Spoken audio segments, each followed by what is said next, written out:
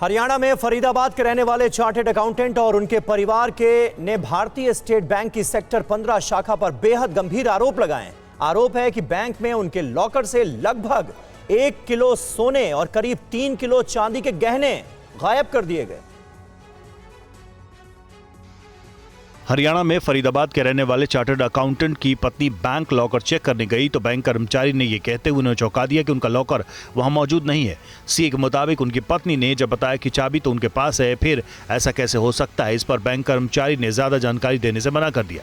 इसके बाद पत्नी ने मौके पर ही सीए को कॉल कर मामले की जानकारी दी। फिलहाल सीए ने पूरे मामले की शिकायत पुलिस से की है। पुलिस ने भी बैंक मैनेजर को नोटिस जारी किया है जिसमें रिकॉर्ड पेश करने को कहा गया है। पुलिस का कहना है कि बैंक की ओर से रिकॉर्ड मिलने के बाद आगे की कार्रवाई की जाएगी। वहीं पीड़ित सीए का कहना है कि गहनों की कीमत 1.5 करोड़ से 1 करोड़ 60 लाख के बीच हो सकती है। सीए ने आरोप लगाया है कि यह बैंक कर्मचारियों की मिलीभगत है। कर्मचारियों की लापरवाही है पूरी तरह से और मैनेजमेंट की लीपापोती का काम कहीं ना कहीं चल रहा है। इतने प्रतिष्ठित बैंक के कर्मचारियों के द्वारा जो संभावना व्यक्त की जा रही है कि उन्होंने ही मिलकर इस लॉकर से पैसे, ये जो जेवरात उड़ाए हैं, ये ऑफिशियल तरीके से दिखाई नहीं दे रहा। वहीं राजस्थान के झुंझुनू में पंजाब नेशनल बैंक से लगभग 4 किलो सोने की ज्वेलरी गायब हो गई। हुआ कैसे, बैंक का इस पर क्या कहना है, देखिए इस रिपोर्ट में। मामला पीएनबी की नवलगढ़ ब्रांच का है। रविवार को बैंक मैनेजर ने तत्कालीन बैंक मैनेजर और बैंक कॉरेस्पॉन्डेंट और डिप्टी मैनेजर के खिलाफ केस दर्ज कराया। मैनेजर मुकेश सिहाग ने रिपोर्ट में बताया कि बैंक में गोल्ड लोन के बदले जमा किए गए सोने को गोल्ड सेफ में रखा गया। 28 जनवरी को गोल्ड सेफ का चार्ज डिप्टी मैनेजर सीमा महिला को सौंपा जा रहा था।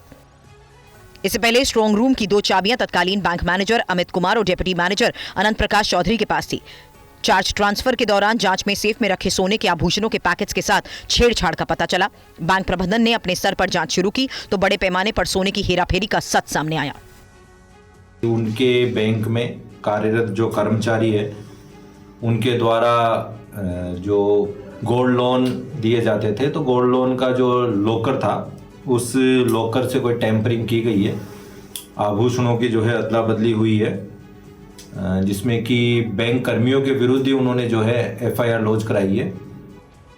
और यूपी के बरेली में एक युवक की मौत को पहले आत्महत्या बताया गया, लेकिन पोस्टमार्टम में गला घोंटकर हत्या की पुष्टि हुई। पुलिस ने पत्नी और उसके माता पिता को गिरफ्तार कर लिया, जबकि भाई की तलाश की जा रही है। देखिए रिपोर्ट। उत्तर प्रदेश के बरेली से एक दिल दहला देने वाला मामला सामने आया है, जहां 9 साल तक चले रिश्ते और महज 2 महीने की शादी के बाद एक युवक की हत्या कर दी गई। ये मामला तब सामने आया जब पुलिस जांच और पोस्टमार्टम रिपोर्ट ने आत्महत्या की कहानी को झूठा साबित कर दिया। पुलिस के अनुसार मृतक की पहचान 33 साल के जितेंद्र कुमार यादव के रूप में हुई है, जो इटावा जिले के भाऊपुरा का रहने वाला था और बरेली में किराए के मकान पर रह रहा था। पुलिस अधिकारियों के अनुसार पूछताछ में ज्योति ने कबूल किया कि वो और जितेंद्र स्कूल टाइम से एक दूसरे को जानते थे और लंबे समय तक रिलेशनशिप में रहने के बाद पिछले साल परिवार की सहमति से शादी की थी। दोनों ही नौकरी करते थे, लेकिन अक्सर पैसों को लेकर उनके बीच विवाद होता था। दावा यह भी किया जा रहा है कि पत्नी ने जितेंद्र की गला दबाकर हत्या की क्योंकि वो जुए में 20,000 रुपए हार गया था। मृतक द्वारा ऑनलाइन जुआ खेलने की बात आई और इसी बात पर पति पत्नी में आपसी विवाद हुआ और उसके पश्चात अभियुक्त गढ़ों द्वारा मिलकर ये घटना कारित की गई।